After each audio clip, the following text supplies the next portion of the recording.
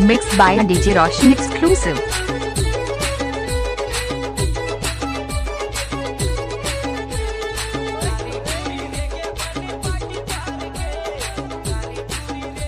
DJ Roshan Bijora. DJ Mahindra. Mixed by DJ Roshan exclusive.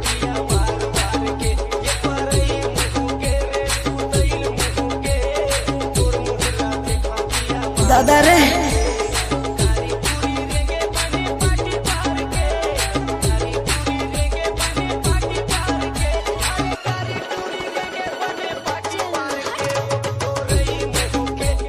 Kulhal मटार में वो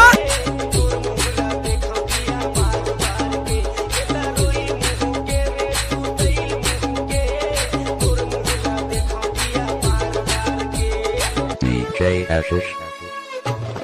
Mixed by DJ Roshan exclusive. कैसे लागे हीरावा थे वो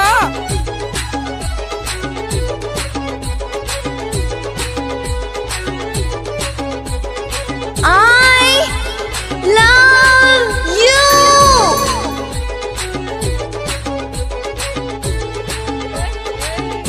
Mixed by DJ Roshan exclusive.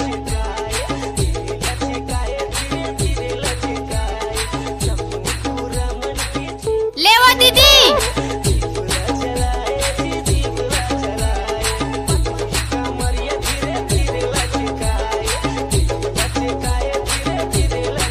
गजब माल है तो करता ही की रे।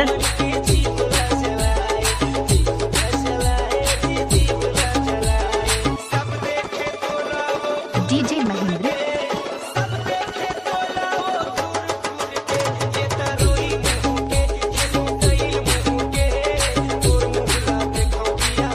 Mixed by DJ Roshan exclusive.